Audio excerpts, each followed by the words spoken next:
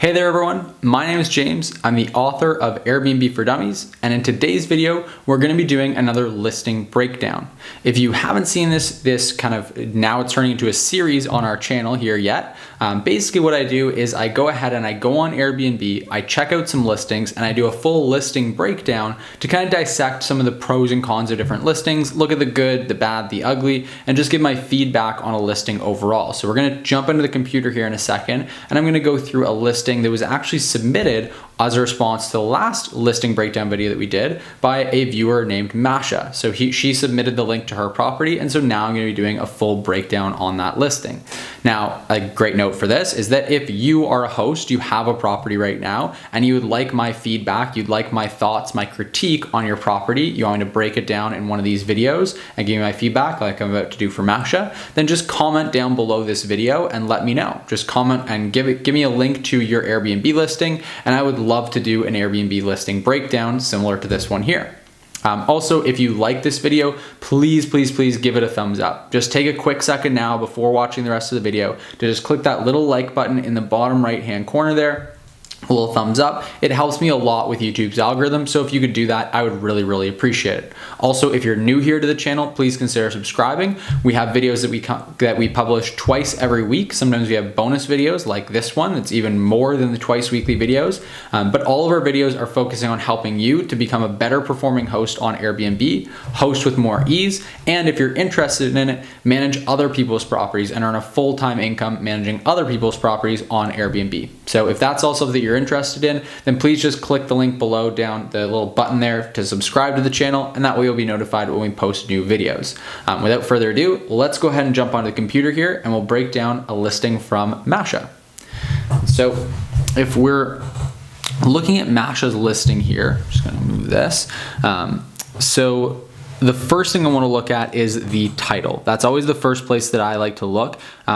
Urban Cottage MD. So I have really no idea what that means. Like, that doesn't really tell me much. It doesn't.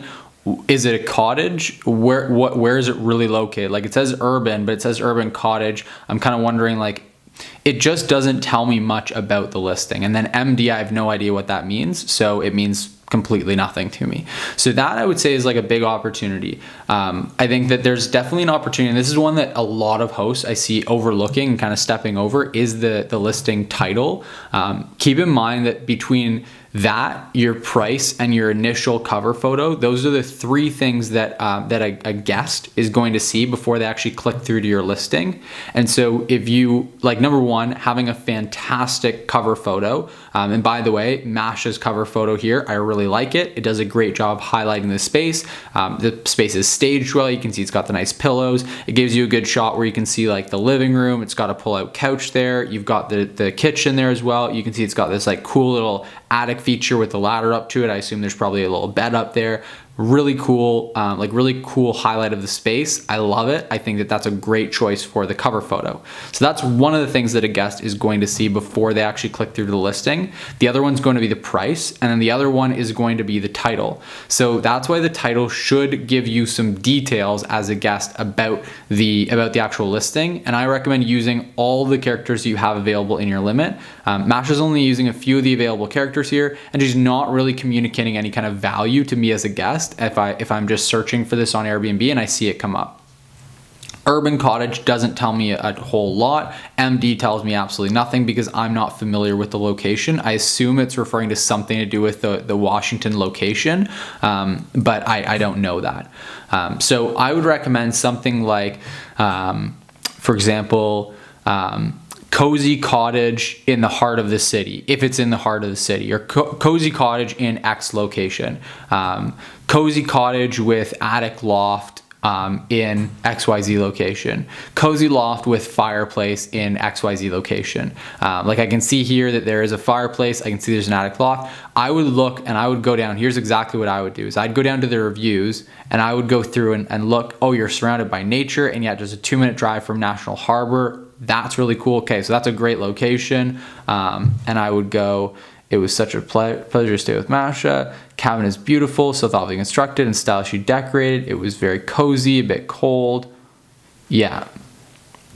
Okay, and then I would basically go, True cottage feels surrounded by nature. Yeah, so people love that it's surrounded by nature, but also right near the National Harbor.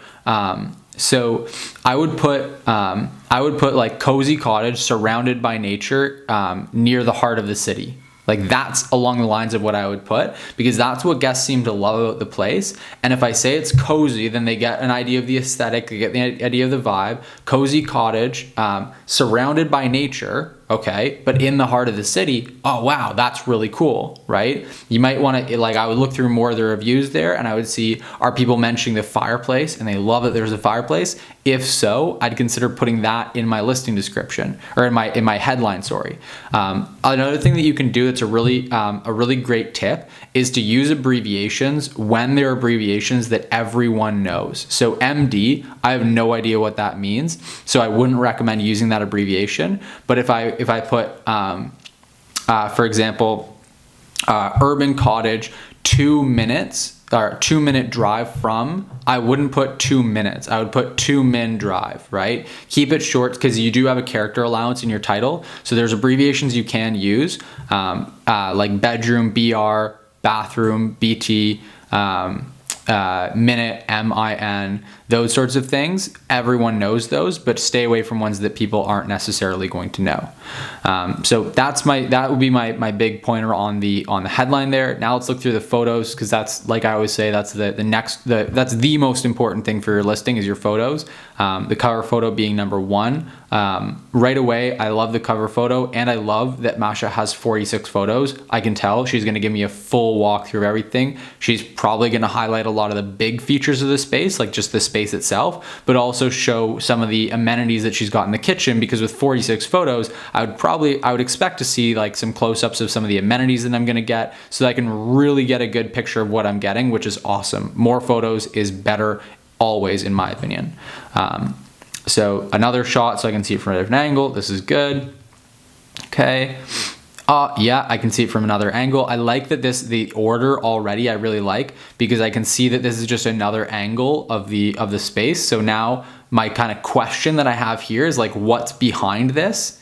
And then answered right there. It's answered, right? Like I don't have to wonder anymore. Really cool. My other question would be like, what's up there in the attic? So I hope that that's going to get answered pretty soon here as well.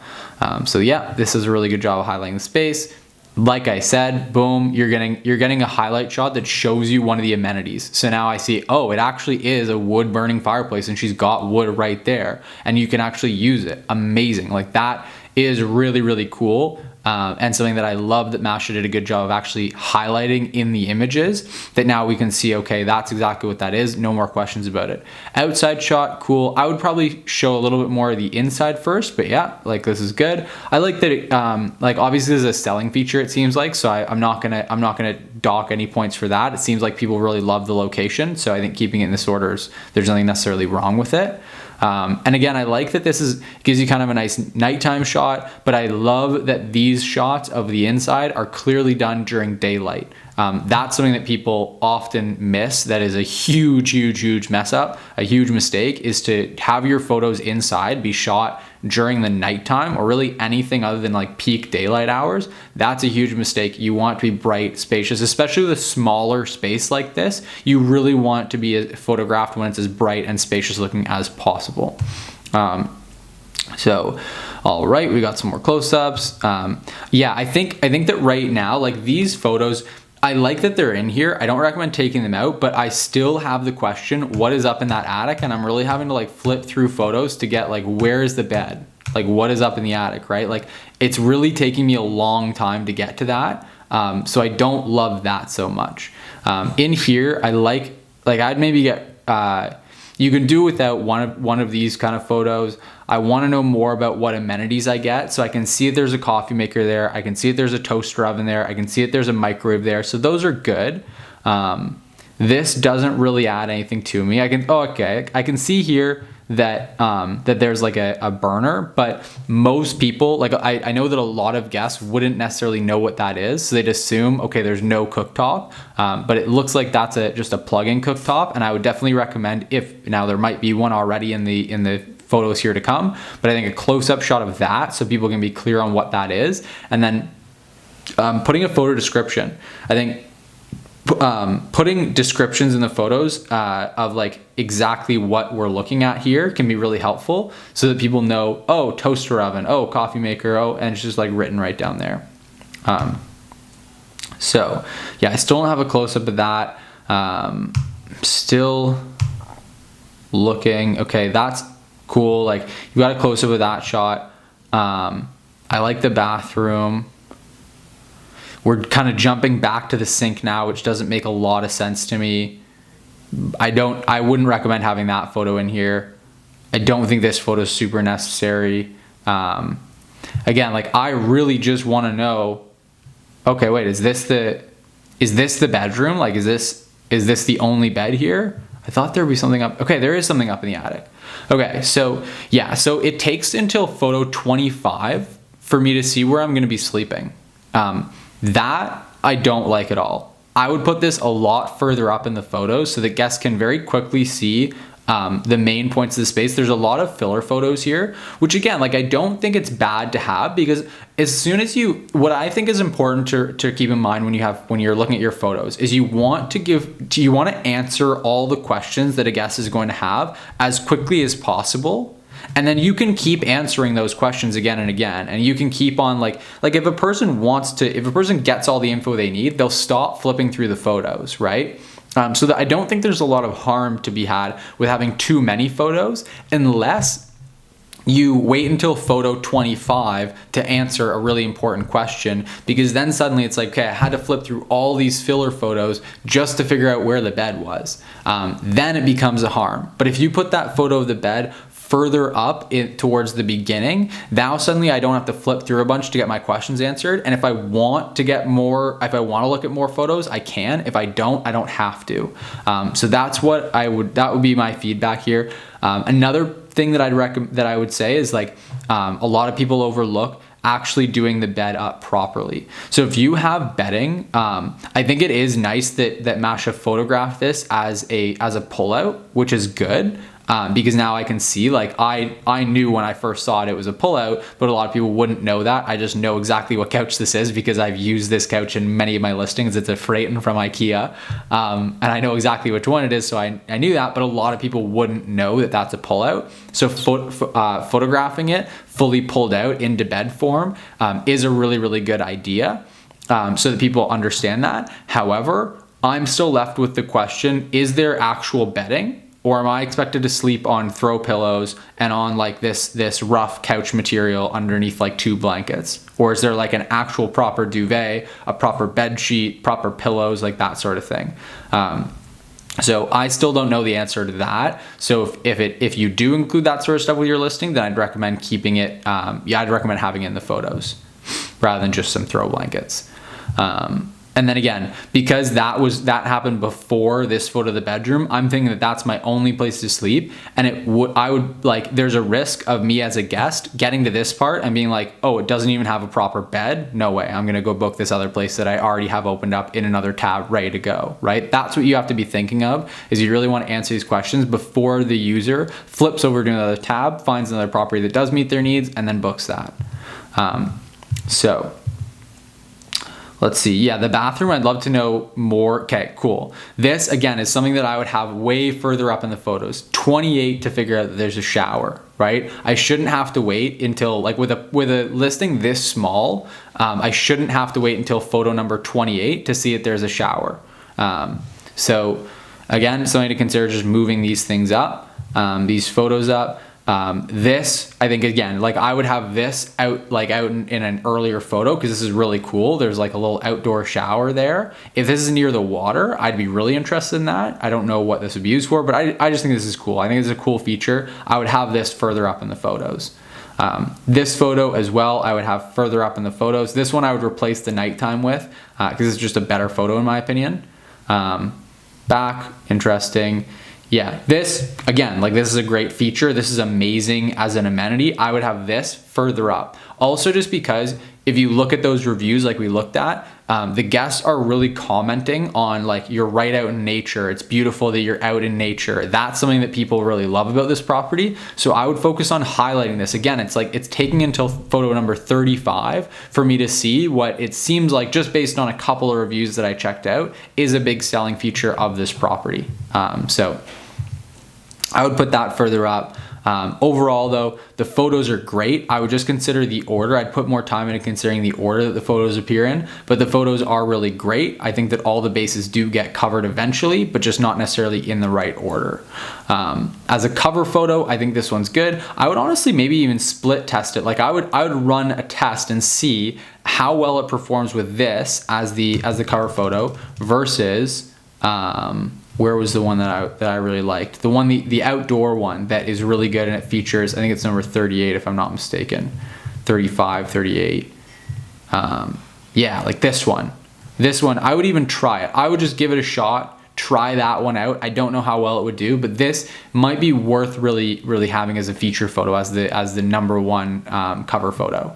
And the way that I run those tests, by the way, for anyone wondering, is I would just put it up for a week and see how my property performed. I make sure that it's not like the change, like from, you want to make sure that you run this test when you know it's going to be pretty consistent bookings from week to week and consistent views from week to week. You don't want to run it at like the end of August when you know that the difference between the last week of August and the first week of September is going to be a really drastic shift because it's the end of summer. Now, that's not true of all markets. I'm just using that as an example, but you don't want to run it at that time. But as long as it's like, you know, for us, we know that in Toronto, like the second week of June versus the third week of June, there's not typically going to be much difference. And so if I switch my cover photo in between those 2 weeks, then I can just look at the stats on my listing and see how many people visited my listing on the one photo versus the other. That's the main metric that you want to look through, is like, what's your click-through rate and how many people are actually clicking through, because that's the main thing that your cover photo is gonna differentiate. Like that's the one that's gonna impact. It's not really gonna impact your booking rate.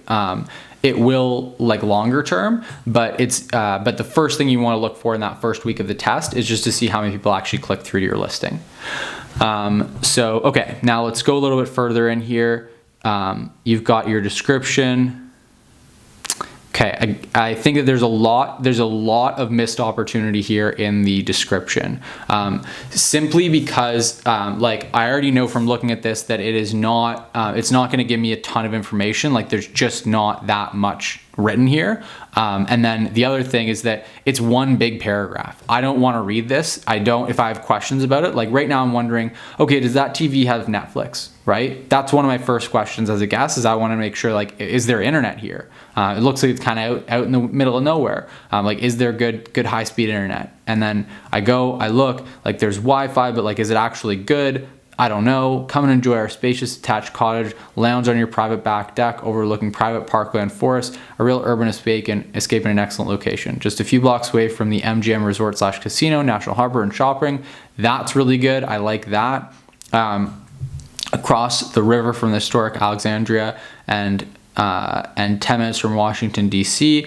Great for a solo adventure, couples and friends, up to 4 guests. Enjoy the seasonal Russian-style steam house.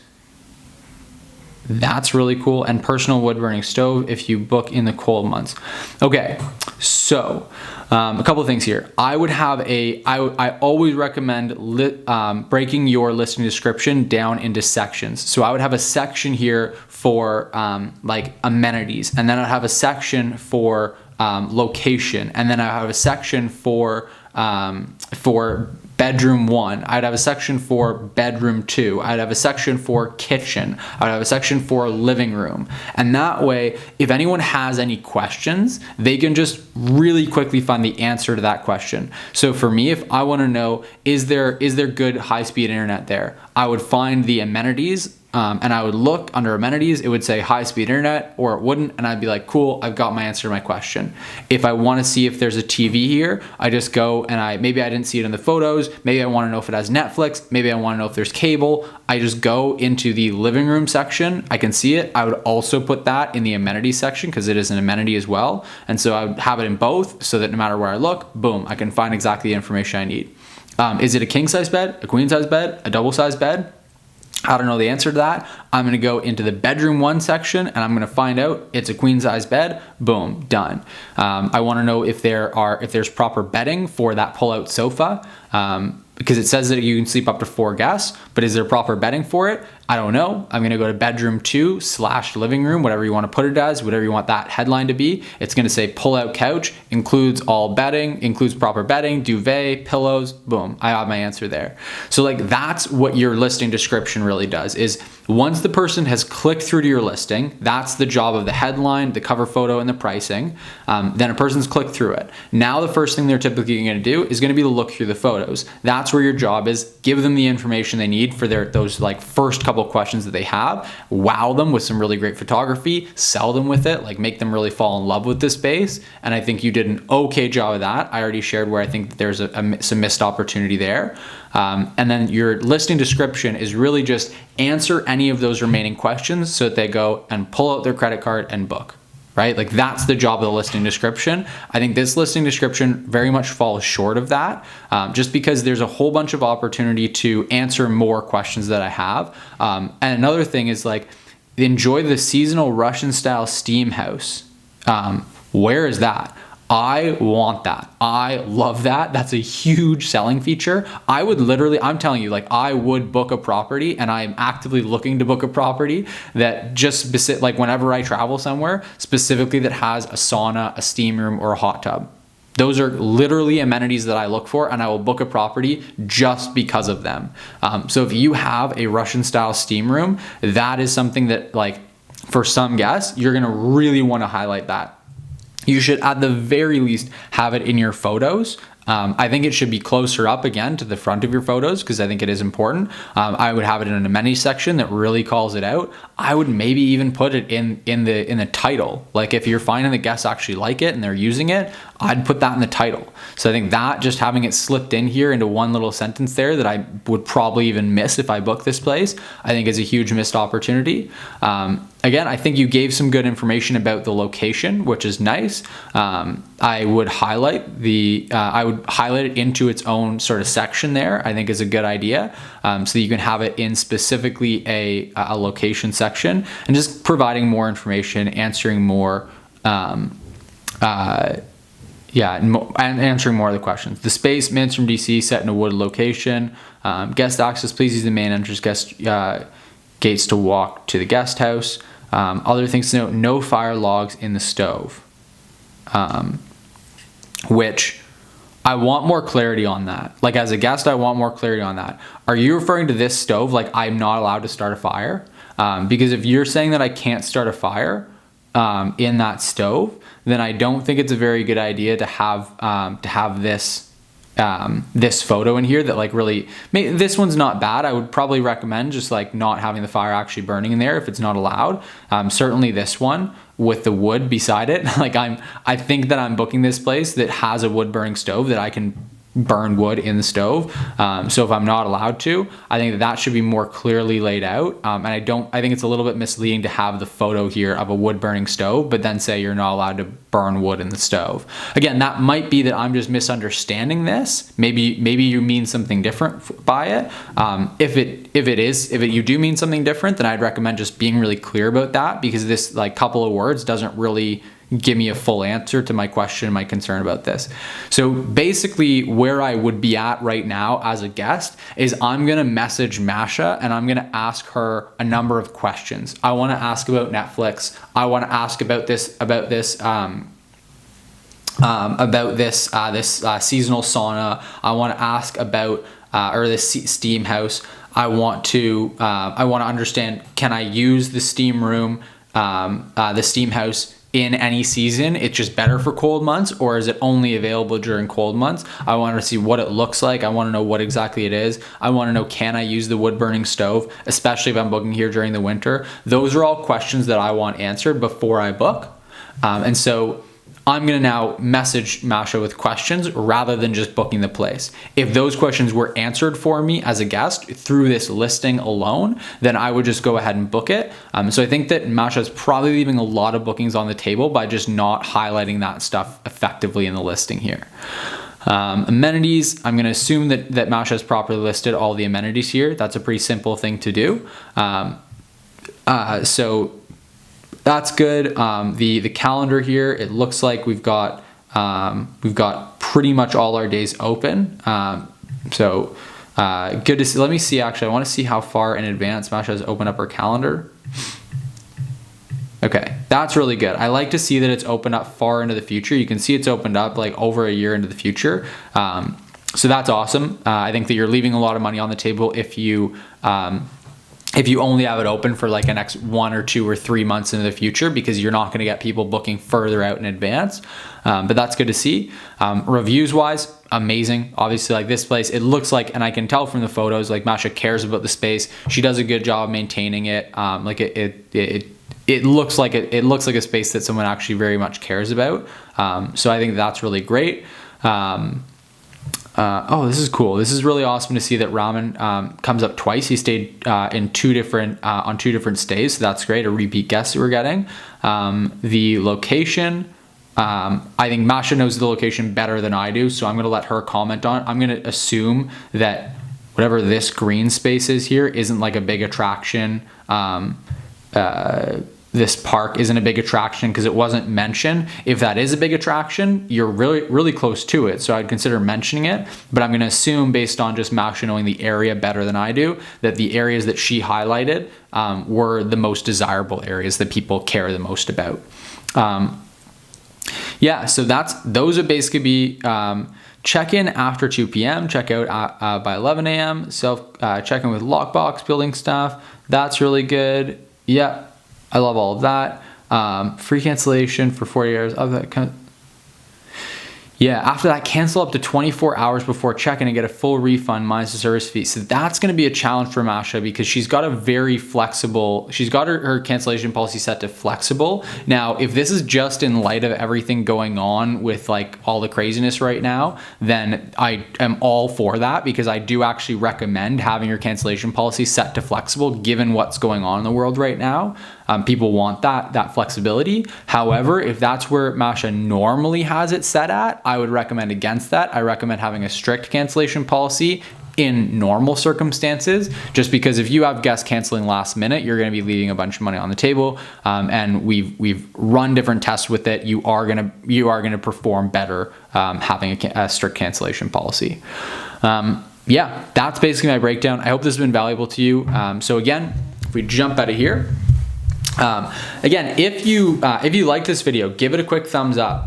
Overall, I would say that Masha's done a good job. She's got a lot of room for improvement, I would say, just in a couple of those things that I mentioned. But overall, strong listing. I think it's got a lot of potential, beautiful space, like definitely nothing I can comment on negatively around the actual space, the way that it's decorated, the way that it's set up. Clear that Masha really cares about the space, and obviously her guests, given that she's got 252 reviews and a 4.95 star rating. That is phenomenal. Like, I think I would imagine that on the guest service side of things, providing a good quality stay to guests, Masha's blowing it out of the water. I'm going to leave the link to this listing in the description below as well, so that if anyone wants to check out Masha's listing and go and visit it, if they are in the Washington area, then I'd recommend it. I'm going to leave the link below so that you can do that.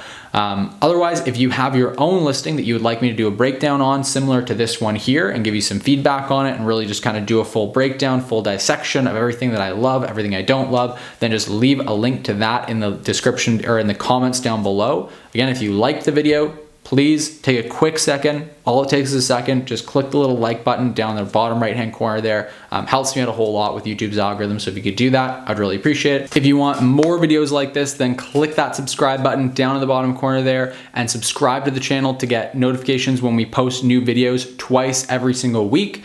And as always, if you are interested in more, if you want to learn more about how to make your property perform, if you want breakdowns like this of your own property on a regular basis, if you want feedback like this, if you want to know all the different tips and strategies that we use both in the front end of things, but also behind the scenes, things like pricing automation, things like your guest satisfaction processes, things like cleaning processes, literally all that stuff. You want all of our best strategies for exactly how to make your property an absolute beast, a top performer in your market, and do it in a way that's sustainable, that's actually really enjoyable and fun with hosting still, then check out the link below to the free training we've got that's going to walk you through step by step how you can become a top performing host in your area, and do it with a lot of fun, a lot of ease. So if you want to learn more about that, we've got a free training link down below where myself and my business partner Simon are going to walk you through everything step by step. It's going to really dig in depth on it. So if you're interested in that, then just click the link down below to learn more about that.